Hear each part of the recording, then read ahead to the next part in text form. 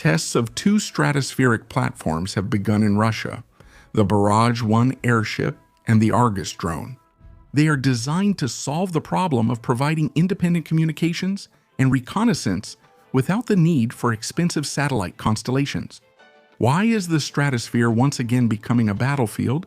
Why did all previous attempts to conquer it fail? And why does Russia have every chance of success? We'll talk about this as well as the new feat of the week after a brief summary of positive news.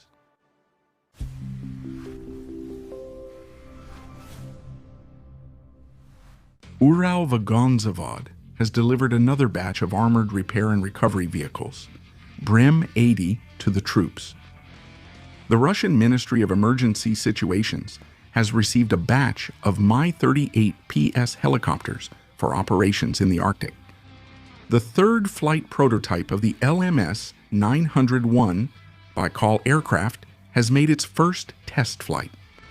Another RSD-59 project dry cargo ship has been laid down at the Krasnaya Sormovo plant. A large fluorite deposit with reserves of over 5 million tons has been discovered in Zabaikalsky Krai. The largest oil field in the past 30 years has been discovered in Yamal. At the Moskvich plant, assembly of new electric and hybrid vehicles of the Umo brand has begun. In Voronezh, there is agricultural machinery production.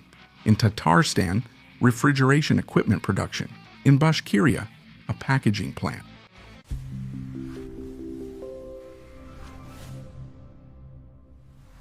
In Russia, tests of the stratospheric airships Barrage-1 have begun, and in March, tests of the stratospheric drone Argus will start. Both platforms are primarily intended to provide communication for Russian troops, but they can also perform other tasks such as surveillance, reconnaissance, and jamming. Flights at altitudes of 20 kilometers or more make them invulnerable to most weapons, but using expensive Patriot anti-aircraft missiles against them is too wasteful. Thus, potentially both platforms can become almost invulnerable, and with their help, Russia will solve its most pressing problem, communications. It's important that both Argus and Barrage-1 are already real prototypes, not just projects, which means that if the tests are successful, mass production can be launched relatively quickly. Moreover, this is not the only solution of this kind. We also have other similar products that have already been tested. However, despite the apparent attractiveness of the idea, it's easy to see that it hasn't found widespread use anywhere in the world yet, even though it's been known for a long time. A brief look into the history of stratospheric warfare will help us understand the reasons behind this and how we can make it work for us.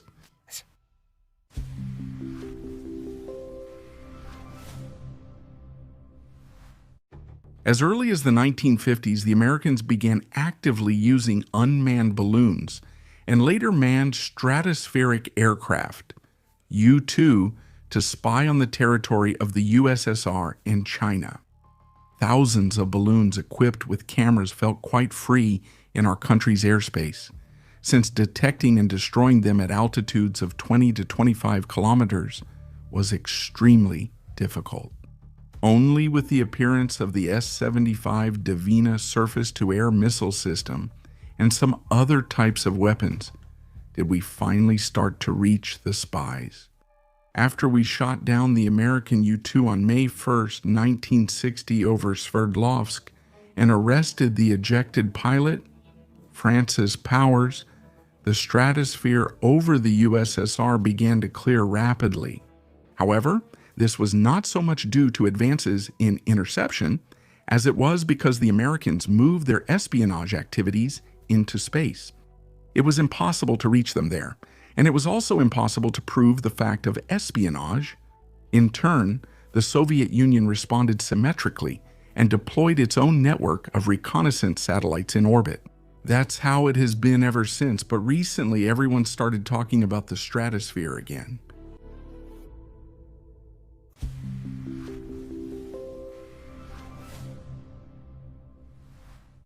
At the end of January 2023, A huge Chinese stratospheric balloon was discovered in the sky over the United States, which freely crossed the entire territory of the states at an altitude of about 20 kilometers.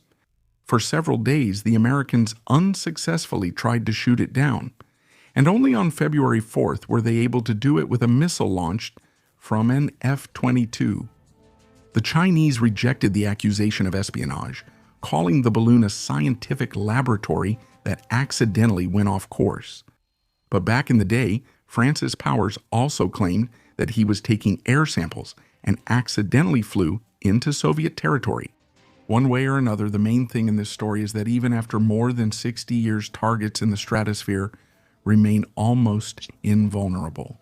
Similar balloons have been spotted in the skies over South America, Japan, other regions, and according to some reports, over the US as well. Thus, stratospheric vehicles are still effective.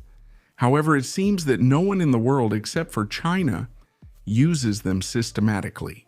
Why? For the same reasons as in the last century.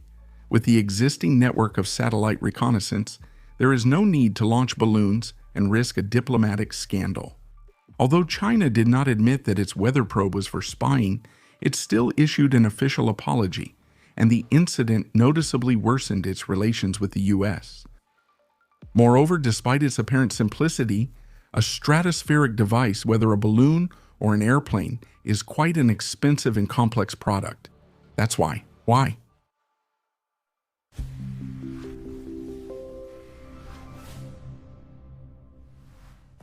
The stratosphere is not yet space, but it's also no longer the atmosphere. That's why space mechanics don't work here, and traditional aviation mechanics have serious limitations. Because of the thin air, the wings literally have nothing to push against to create lift. That's why the plane either has to fly very fast like a rocket or have a huge wing area, which makes it unwieldy.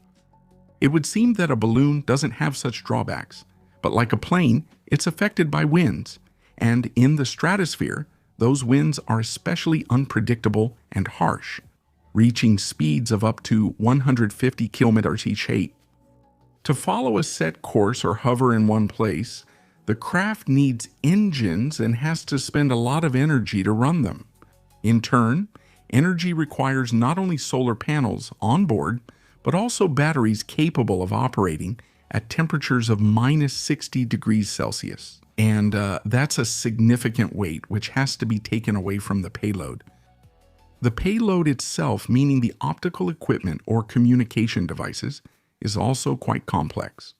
They have to operate reliably in cold conditions and increased cosmic radiation, and also be resistant to vibrations and deformations, since the airplane or aerostat at that altitude is constantly shaking. That's why the equipment in the Chinese balloon took up a 3-meter container, and as it turned out after studying the wreckage, it was assembled from American components. In particular, it had an iridium communication system. Thus, even China is still unable to create an import-independent solution for the stratosphere. So what is Russia counting on?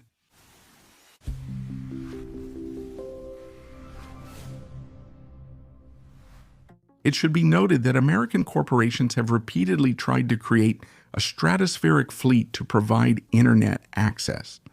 The high-profile startups Project Loon and Aquila come to mind. All of them were well-funded, reached the testing stage, but failed. Now the Japanese are bringing their own version to the market, and they will almost certainly fail as well.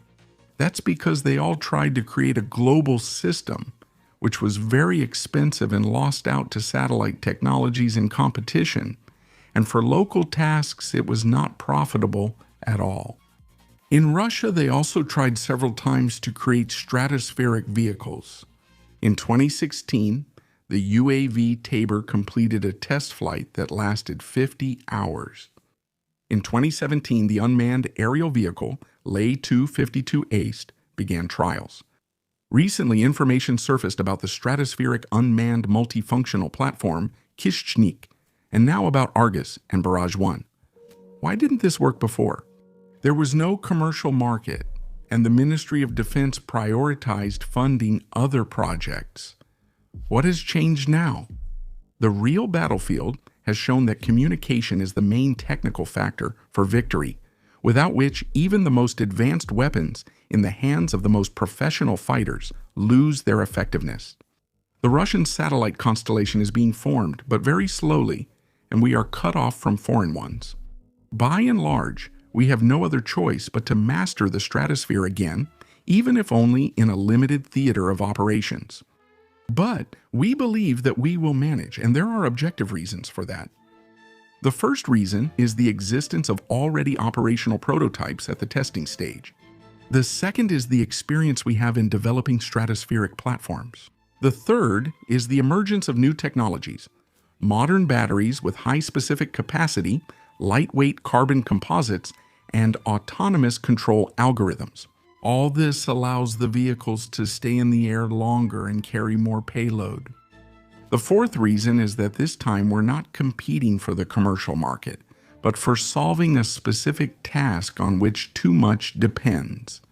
And this is probably the main thing. After all, we faced exactly the same situation 4 years ago when we were confronted with the issue of a shortage of drones. Yes, it took us some time to get going, but now we've become world leaders in this field. And now Europe and the US are trying to copy our approaches and solutions. So, success comes to those who keep moving, and this time, we're definitely moving in the right direction. We'll keep you updated on developments.